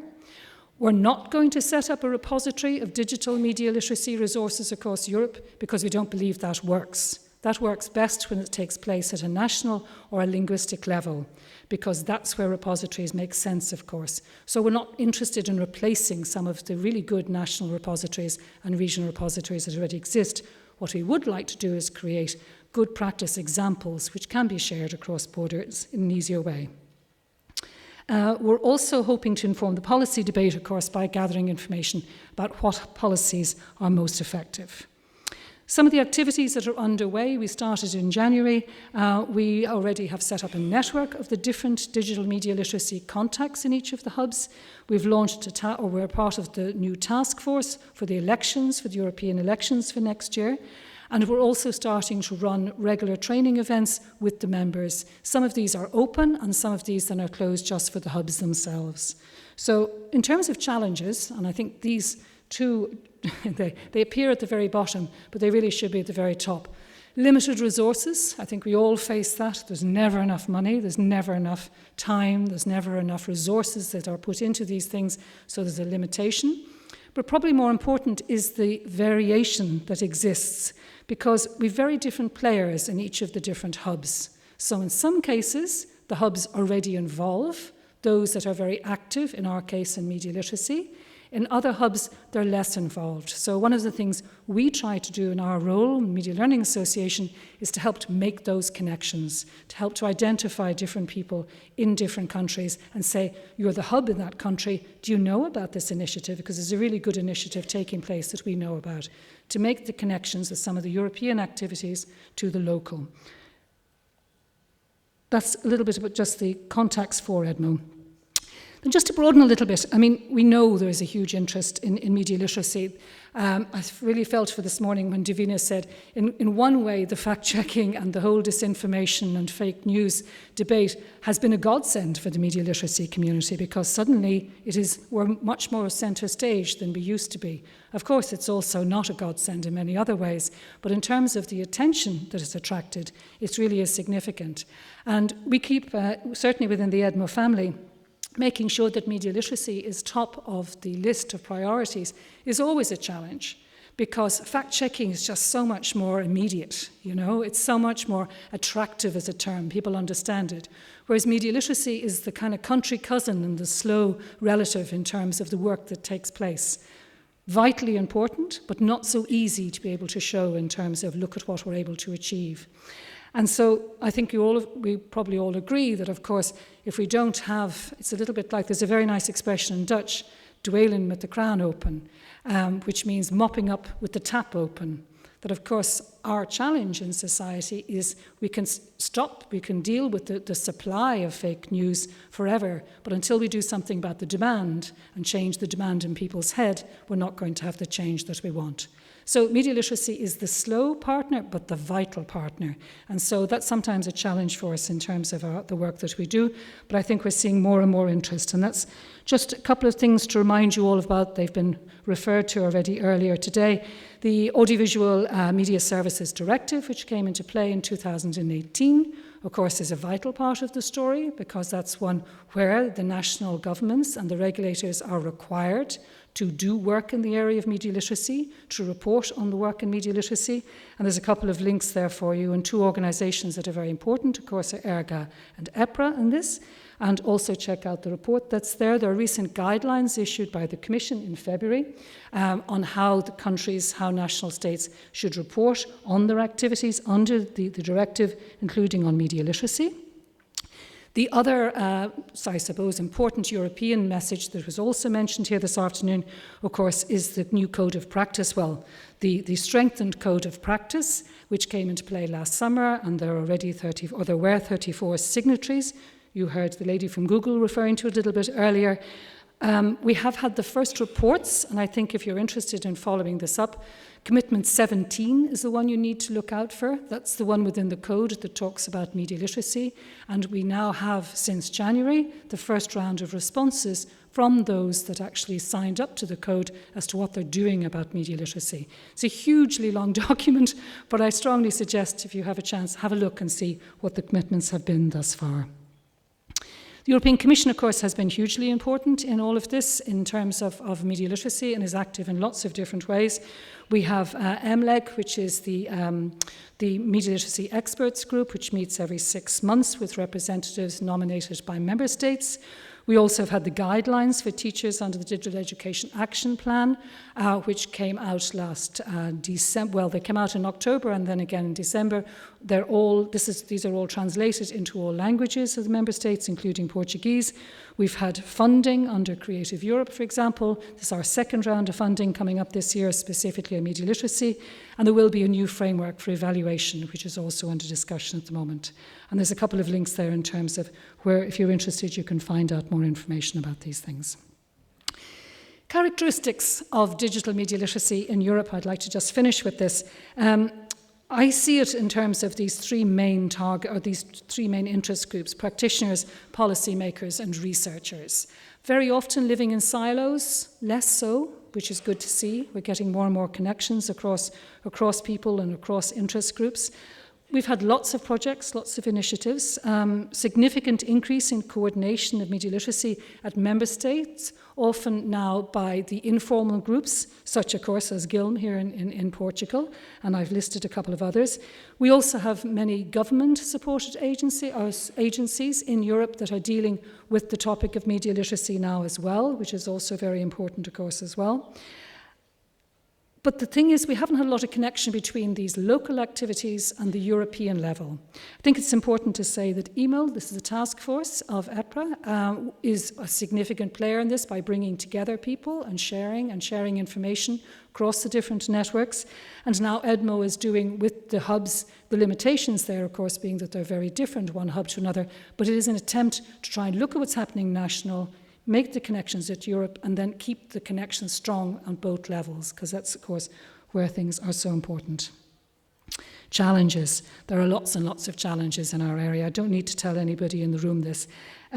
This danger of working in silos. The nature of media literacy has, of course, in the past been that it's been quite fragmented. Media literacy is still not taken seriously enough. I think it's important to say that this is something that needs serious amounts of funding. Sometimes the levels of funding that we hear mentioned in various different initiatives, the initiative sounds great, but then the actual funding is not there to back it up with, needs to be taken seriously. Slow nature of change makes it very difficult because in the media literacy world, we're constantly asked, well, assess what you've done, evaluate what you've done, prove to us that you've had an impact. But how can you prove the kind of impact that most of us are working with when it is longitudinal? It takes quite some time to be able to prove.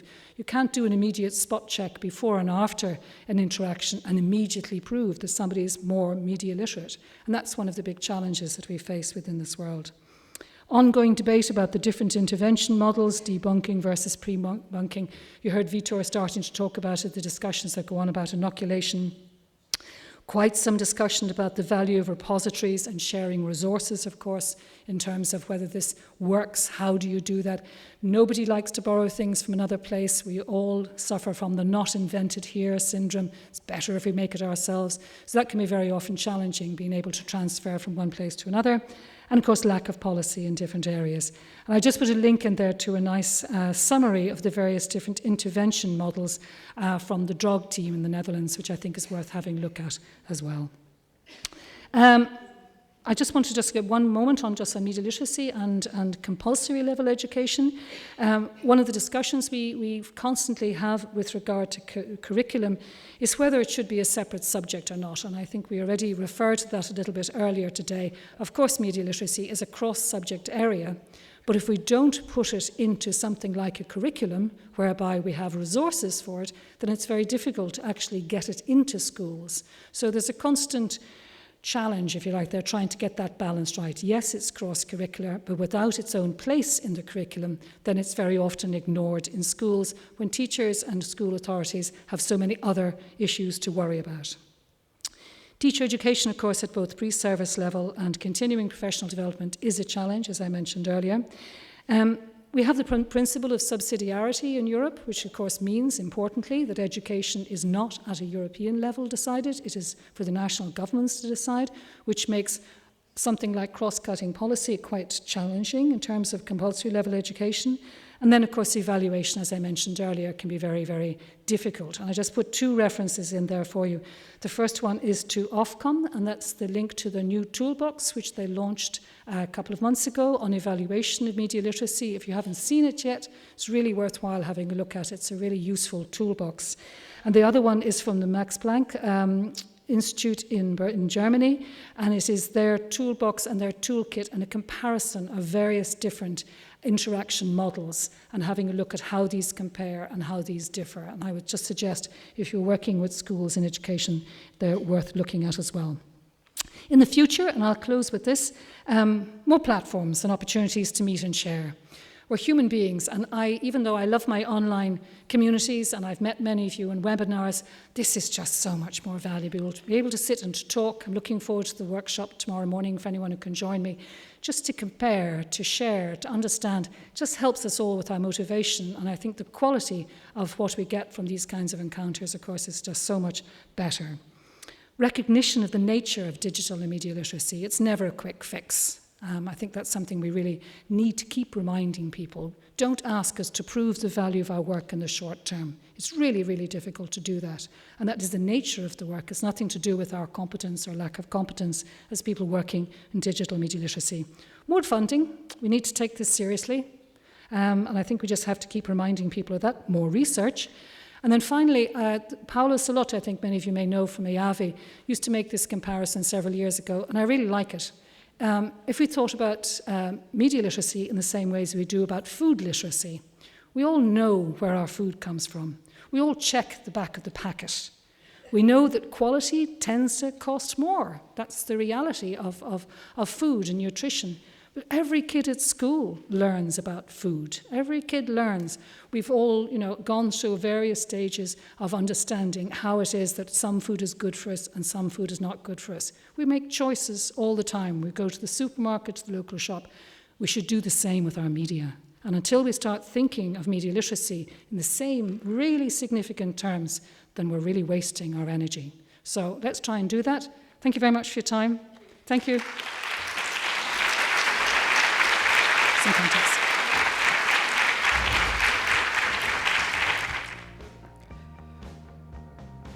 Convosco a professora da Escola Superior de Comunicação Social, Maria José Mata, para um momento de homenagem muito importante para o nosso congresso.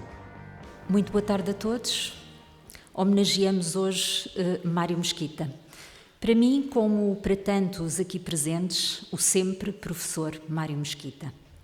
Por estes dias estive a fazer contas e a revisitar os apontamentos dos tempos de faculdade. Mário Mesquita foi meu professor de Géneros Jornalísticos na Faculdade de Ciências Sociais e Humanas da Universidade Nova de Lisboa, em 1990-91. Quando frequentava, nessa altura, o 4º ano da licenciatura em Comunicação Social. Na altura, descontente com a nota que me tinha atribuído, propus-me a fazer uma melhoria. Profundo e exigente, deu-me como caderno de encargos uma detalhada análise de imprensa que resultaria num trabalho volumoso de 50 páginas. No final, tive a maior das recompensas. Não foi a nota, foi o rasgado elogio do professor. Ao professor, com o passar dos anos, juntou-se o amigo. Tive, tal como alguns de vós, o privilégio de ser beneficiária do seu entusiasmo por fazer nascer projetos e por fazer crescer pessoas. Depois de aluna, fui sua assistente, depois colega, primeiro na Universidade Lusófona, depois aqui na ESCS, a casa onde se aposentou no ensino superior público e onde deixou amigos e saudades. Hoje devolvemos-lhe este palco que tantas vezes foi seu para, de uma forma muito singela, através de um filme curto para o qual tivemos o contributo inestimável da família, recordar Mário Mesquita, agradecendo-lhe pelo que legou a todos nós, à academia, ao jornalismo, à democracia.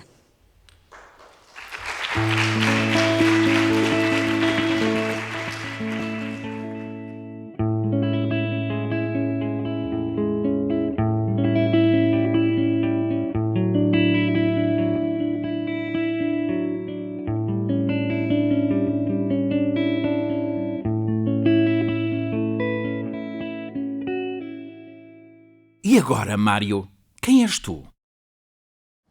Político, jornalista, professor, talvez um pouco de tudo isso.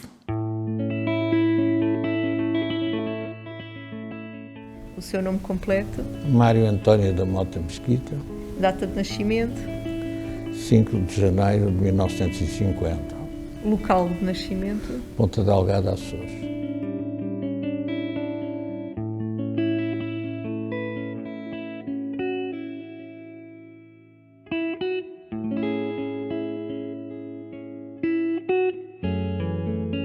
Esta é a casa de família em Ponta Delgada, onde Mário Mesquita cresceu.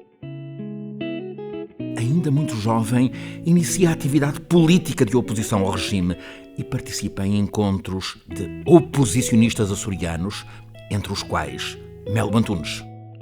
A política apaixonou-me na juventude, sobretudo em São Miguel, quando se tratava de lutar com gestos simples pela democracia, mas o jornalismo era a minha vocação. Aos 17 anos, Mário Mesquita vem para Lisboa para frequentar a Faculdade de Direito. 4 anos depois, entra para a redação do jornal República, jornal identificado com a oposição democrática. Vê muitos dos seus artigos serem alvo da censura. Em 1973, está presente na reunião na Alemanha que funda o Partido Socialista. Após o 25 de Abril, é eleito deputado pelo PS à Assembleia Constituinte. Contribui para a redação dos artigos da Constituição respeitantes à comunicação social. Mais tarde, renuncia ao mandato como deputado e abandona o Partido Socialista. Licencia-se em Comunicação Social pela Universidade Católica de Louvaina, na Bélgica. Como jornalista, esteve na fundação do Jornal Novo, desempenhou a função de diretor no Diário de Notícias, mais tarde no Diário de Lisboa.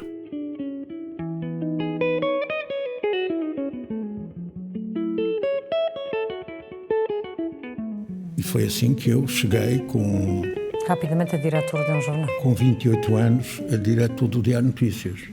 Porque quem tem isso não se pode mais queixar da sorte. Pode queixar-se de muita coisa, mas não da sorte. Eu procurei exercer com verdade, com modéstia e também de uma forma efetiva. Foi na área das ciências da comunicação que desenvolveu a atividade como professor, tendo sido responsável pela criação dos primeiros cursos de jornalismo em várias instituições de ensino superior.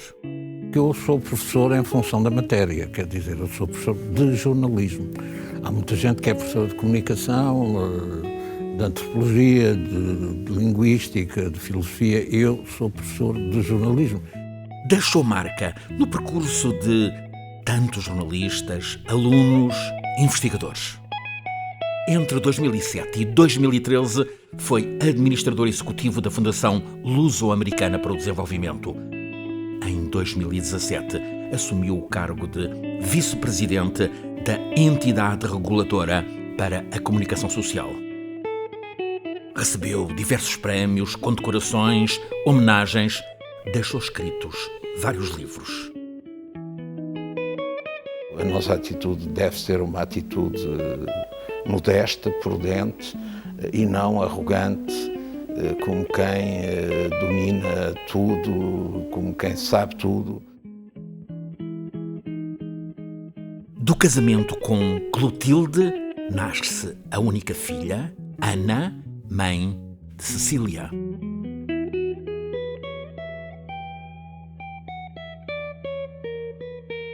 No meu necrológio dirão bem que faleceu o jornalista Mário Mesquita, que, distraído como era, deixou caducar a carteira profissional. Em síntese, não optei por nenhuma dessas profissões, fui apenas seguindo o longo curso da vida.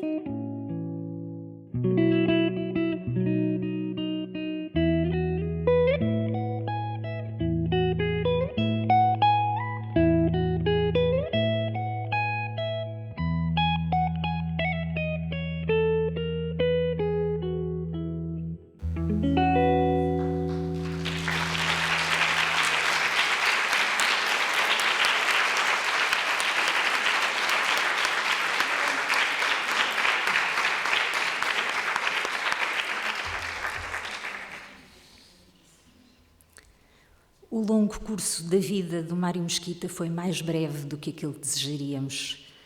O seu legado humano nada deixa a dever ao legado intelectual. Generoso e combativo, justo e solidário, genioso e genial, era exigente nos valores e tolerante nas amizades. Sabe, acho sempre que os meus amigos são as melhores pessoas e as mais inteligentes. Disse-me uma vez num comentário da ocasião. A ironia fina com que anotava a crítica e desmontava o fato era uma lição permanente de sabedoria e de liberdade. Ao longo do seu curso de vida, Mário Mesquita protagonizou histórias, fez amizades, promoveu descobertas e partilhou gargalhadas. O sentido do humor, por vezes cáustico, era uma marca indelével. Deixou-nos memórias de hábitos, de gestos e de gostos. Uma dessas memórias é a do seu gosto particular por cadernos e blocos, sobretudo folhas amarelas, que preenchia com a caligrafia de que tão bem o identificava. Desta memória inusitada e breve nasceu a ideia de, em sua homenagem, presentearmos a Ana e a Cecília, filha e neta, com um caderno, desta vez preenchido com as memórias de alguns daqueles que, conhecendo de perto o seu pai e o seu avô, quiseram partilhar pequenos retratos da passagem dele pelas suas vidas. Com eles, muitos dos quais aqui presentes, e a quem eu peço, àqueles que estiverem presentes, o favor de subir ao palco neste momento, queremos entregar à Ana Mesquita, filha do Mário, este caderno. O Mário que aqui entregamos hoje à sua família é a nossa própria entrega ao que dele em nós permanece. O caderno vai então ser entregue por todos nós, em representação de todos nós pela Constança Castanheira, uma mestra da ESC, sua aluna e amiga, que foi em grande parte a alma desta homenagem. Peço então à Constança o favor de vir e peço a todos aqueles que contribuíram para esta simbólica homenagem o favor de virem aqui fazer a entrega simbólica. Não estão todos, alguns pediram desculpa pela impossibilidade da presença devido a compromissos pessoais e profissionais. Queríamos deixar desde já o agradecimento, também em nome da comissão que organizou este congresso e também daqueles que organizaram esta homenagem, agradecer a disponibilidade para participarem nesta homenagem simbólica.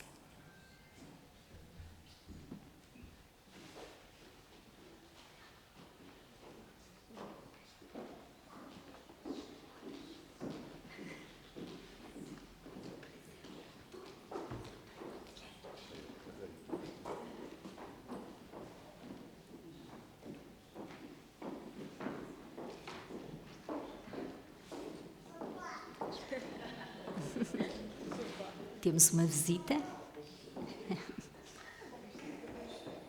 Mais jovem.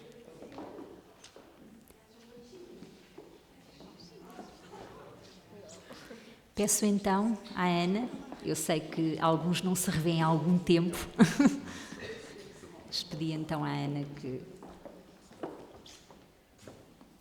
rapidamente.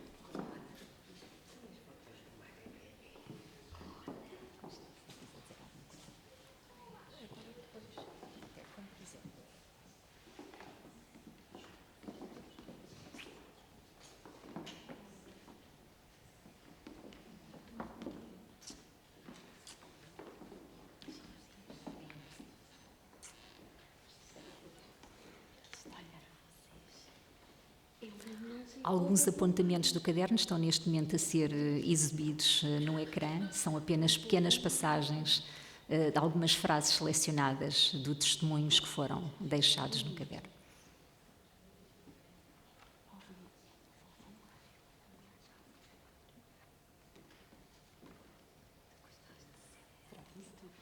E pedir-vos que façam.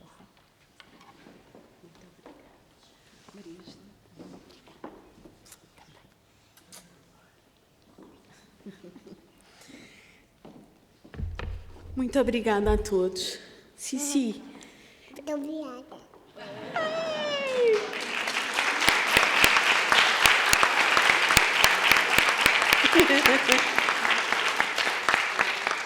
Cici, esta era a casa onde o vovô Mário trabalhava.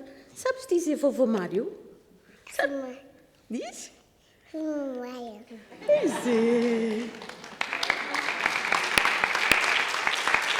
É, para a Cici. Olha, como faz o sapo? Vai aqui. Muito bem. Agora, vou pedir aqui a alguém para a minha princesa tomar conta da princesa. Ah, pois, computadores, sim. Bom, agora fiquei um bocadinho sem palavras aqui com este conjunto de amigos.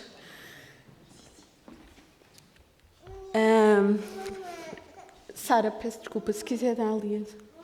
Peço desculpa.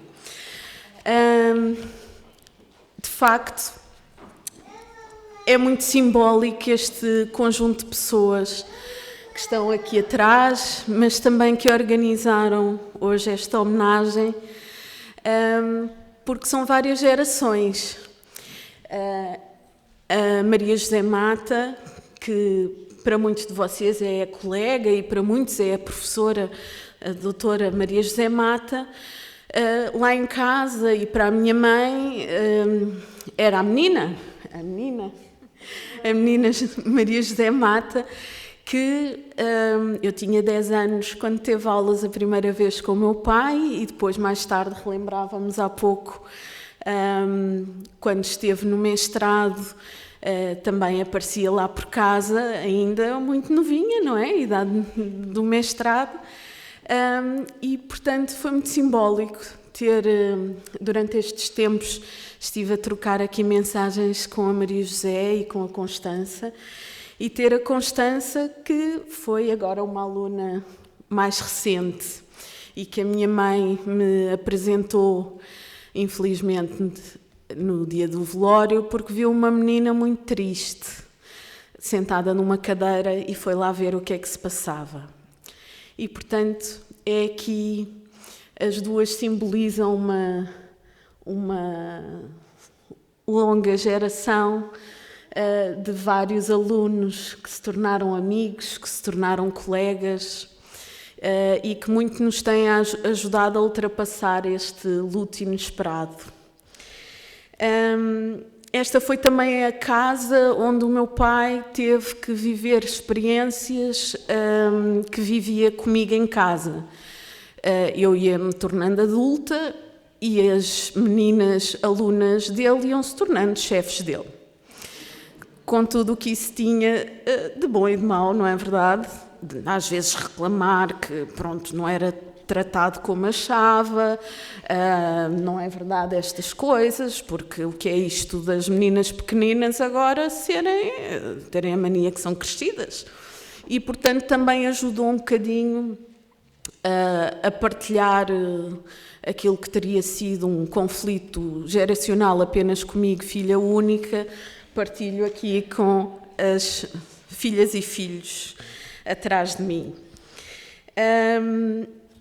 No dia em que ele fez 70 anos, que foi, fiz um jantar lá em casa com alguns amigos, e ele chegou vindo daqui. Tinha sido o seu último dia de aulas e vinha com uma caixa de chocolates que a diretora de turma tinha oferecido em nome da turma, porque seria o dia que, por lei, teria que compulsivamente se reformar.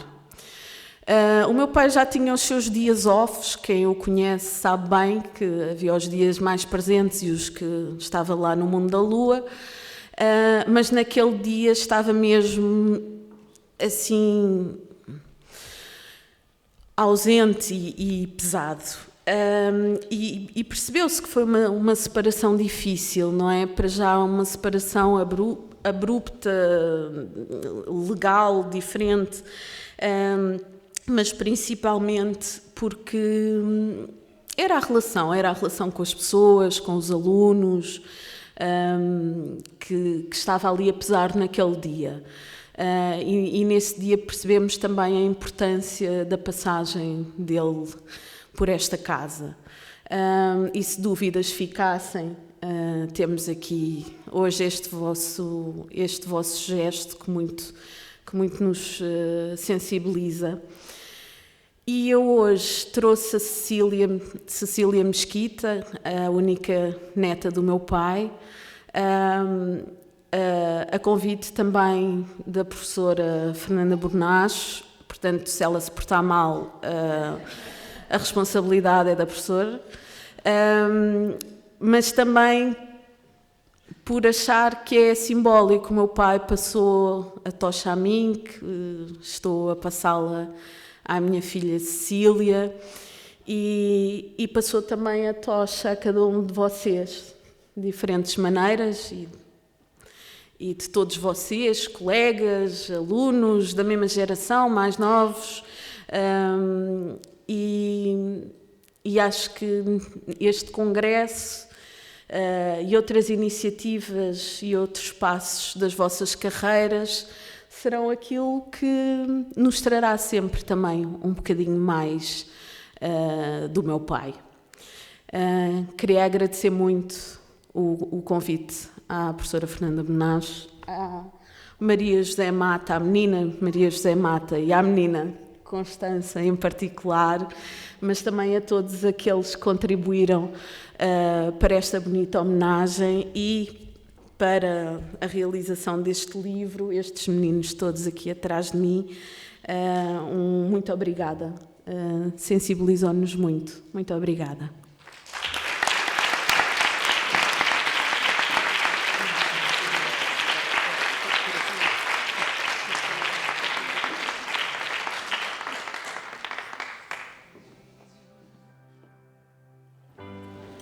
Peço só mais um minutinho de paciência e do vosso tempo para assistirem aqui a uma pequena apresentação, um recital de cordas da Orquestra Académica de Lisboa, que tiveram a simpatia de se disponibilizar para fechar aqui o nosso primeiro dia. Eu acho que era simpático da nossa parte esperar aqui só mais um bocadinho, contar com a vossa disponibilidade e pedir desculpa pelo atraso, está bem? Mas eu acho que vai valer a pena, de certeza, porque a arte vale sempre a pena e este grupo achou por bem não só incluir este momento de homenagem, o Guilherme como responsável pela organização deste congresso, mas terminar aqui com um momento musical que penso que vale a pena esperar, está bem? É só um minutinho, os músicos estão prontos, é só entrar. Obrigada.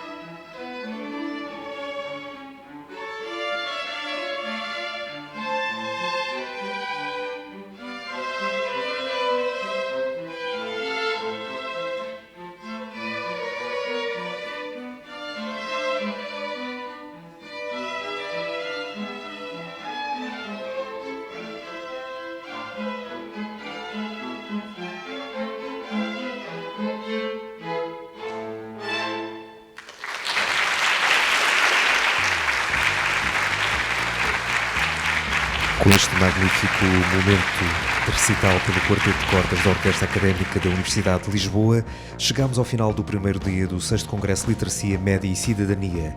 Agradecemos a vossa presença. Voltamos amanhã pelas 9 da manhã para os nossos 4 workshops e as restantes atividades do programa. Em nome do Guilme, obrigado e até amanhã.